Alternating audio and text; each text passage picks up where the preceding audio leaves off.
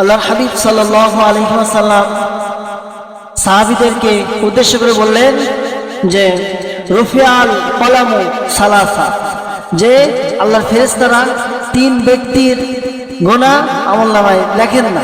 আল্লাহর হাবিব সাল্লাল্লাহু আলাইহি ওয়াসাল্লাম বললেন রুফিয়াল কলামু সালাসা, আমার সাহাবীরা তিন প্রকারের মানুষের গুনাহ লেখা হয় না। প্রিয় ভাই সব, এই তিন প্রকার মানুষের চিনতে হবে আমাদের। যে অনেক সময় আছে অনেক মানুষ জেনা করে।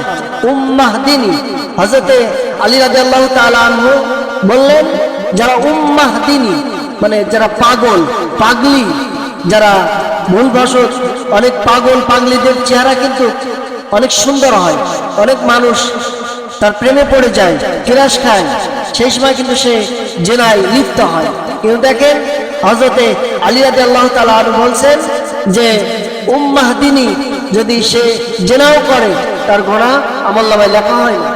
দেখেন এক নম্বর প্রশ্নের উত্তরে হযরত ওমর রাদিয়াল্লাহু তাআলা আনহু তার খিলাফতে সে দায়িত্বে আছে, সেই সময় এরকম উম্মাহদিনী একটা পাগলি জিনা করে ফেলেছে। ওই অবস্থায় মানুষ দেখে হযরতে ওমর রাদিয়াল্লাহু তাআলা আনহু দরবারে নিয়ে গেলেন। নিয়ে যাওয়ার পরে ওমর রাদিয়াল্লাহু তাআলা আনহু সব কথা শুনে রায় দিয়ে দিলেন যে ওকে নিয়ে যাও, ফাঁসির মঞ্চে ঝোলাও। প্রিয় ভাই সব, তাকে নিয়ে যাওয়ার সময় হযরত আলী রাদিয়াল্লাহু তাআলা আনহু বলছেন, জল্লাদ ভাই, ওই মেয়েকে তুমি কোথায় নিয়ে যাচ্ছ? তখন জল্লাদ বলে, হে আলী, হযরত ওমরের আদেশ, এনাকে এখন ফাঁসিতে ঝুলিয়ে মেরে ফেলানোর আদেশ দিয়েছে। তখন বললেন আলী রাদিয়াল্লাহু তাআলা আনহু রেগে বলছেন, জল্লাদ, ওকে ছেড়ে দাও। তখন তিনি বলছেন যে হযরত ওমরের অর্ডার, আমি তাকে ফাঁসি দেবো। তখন আলী রাদিয়াল্লাহু তাআলা আনহু বলছেন, ওকে ছেড়ে দাও। তাই ছেড়ে দিলেন।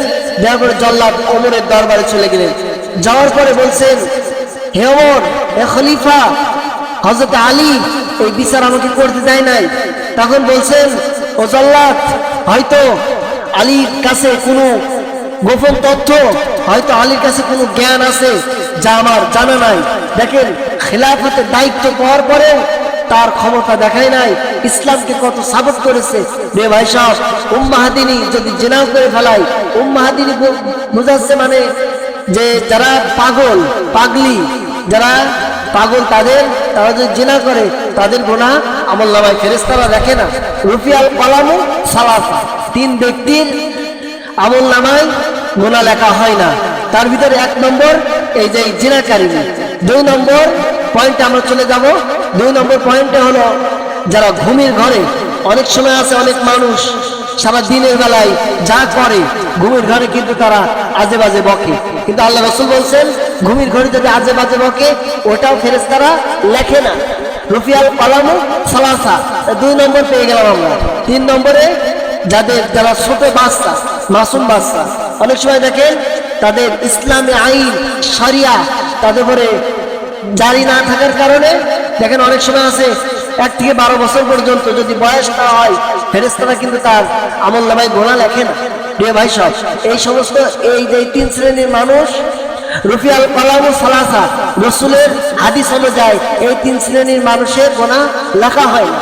প্রিয় ভাই সব, রাসূল বলছেন যে আলীর কথা, আল্লাহ রাসূল বলছেন যে আমি মাদিনার জ্ঞানের সাগর, মাদিনা একটা আমি জ্ঞানের সাগর, সেই জ্ঞানের দরজা হলো আলী, হযরত আলী।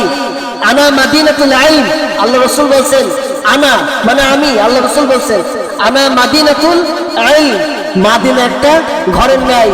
আল্লাহ রাসূল উদাহরণ দিলেন, আনা বাবুন, আনা মাদিনাতুল ইলমি, আলিয়ুন বাবুহা, আলিয়ুন বাবুহা।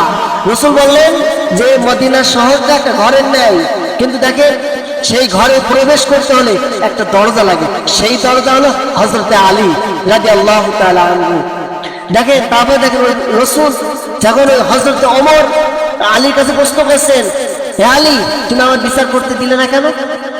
তখন আলী রাদিয়াল্লাহু তাআলা আনহু বলছেন যে ওটা তো উম্মাহদিনী, ওটা তো পাগলি পাগল, ও জিনা করেছে, ওর বিচার হবে না।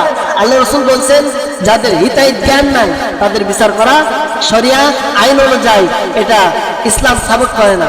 প্রিয় ভাই সব, আমাদের এই তিন শ্রেণীর মানুষ যদি অনেক সময় এরা গুনাহ করে ফেলায়, কিন্তু আল্লাহ রাসূল বলছেন ফেরেশতারা এদের গুনাহ লেখে না।